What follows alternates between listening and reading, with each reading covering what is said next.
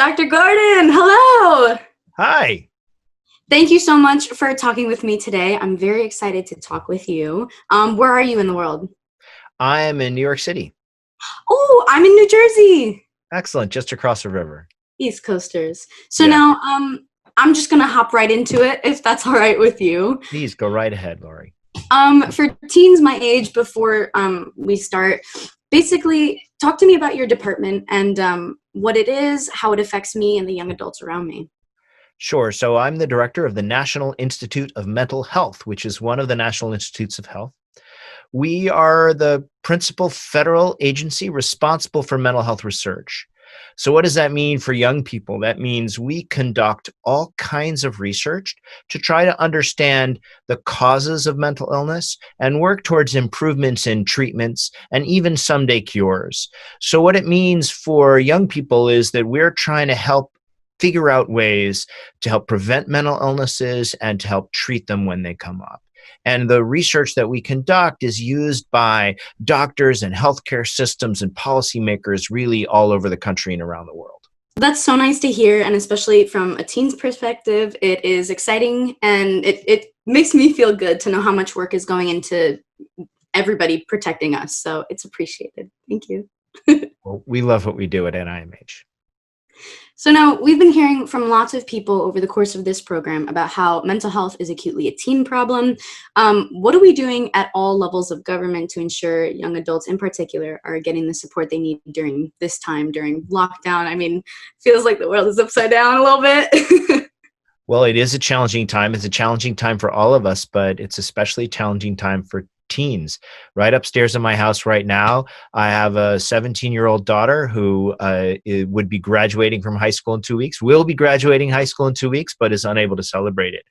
So what are we doing at government to help support kids? Number one, we're trying to get the word out about what teens can do to help safeguard their own mental health. Right. So that means stay connected with your peers, with your friends, with your support groups, whether that be, adults that you care about or anyone else. It means staying healthy, eating right, getting the sleep that you need, staying active if you're still in school, virtually or otherwise, that staying active with your school programs and, trying to stay focused, not so much on what's going to happen in 6 months, because who knows what's going to happen in 6 months, but trying to stay focused on what you can be doing in the next few days and give yourself things that you can do to be proud of.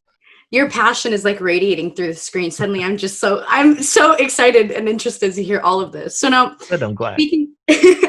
speaking of research, what are the big areas of focus for you, I guess, from a funding perspective? So there's a tremendous number. I mean, we look at everything from how the brain develops to how it ages. We look at everything from the brain to the behavior of doctors and healthcare systems as well. I would say there are some really important areas, though, that we're beginning to expand now because there's some wonderful opportunities.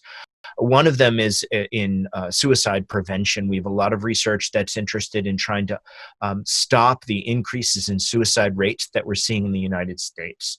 Some of the most promising work we're doing is encouraging mostly healthcare practitioners, but others as well, to ask teens about their suicidal thoughts and behaviors, because we find that if you ask, you can find people who are at risk, and then you can do something about it. You can reduce their risk through treatment.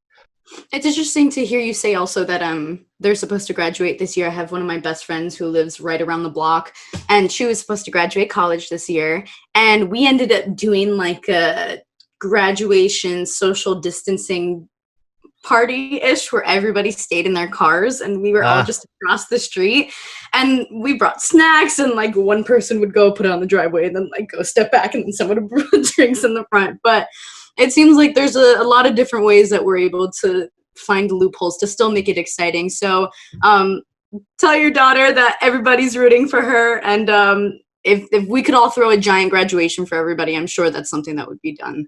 So as the preeminent mental health official in the country, what particular advice and words do you have for young Americans?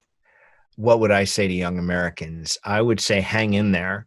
there's a lot of uncertainty right now, and that uncertainty can be painful and it can lead to distress, but it also opens up opportunities. And I think that this generation, it's almost cliche to say it, how everybody's, every generation always goes through some trial or something like that, but this is really unique. And I think again about my kids who are graduating and moving on from high school, moving on from college, and they're facing something that no other generation in America has had to face, not certainly in 100 years.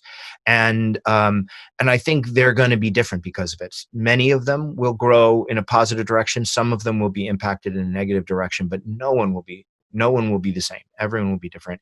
And seizing that difference and finding opportunity in this challenge, I think, is something that I would encourage everyone to do. That's a wonderful word of advice. Thank you so much for your time and for talking with me today. I know that everybody listening is going to get so much out of this conversation. So stay Thank safe. you. Tell your kids they're awesome. Will do.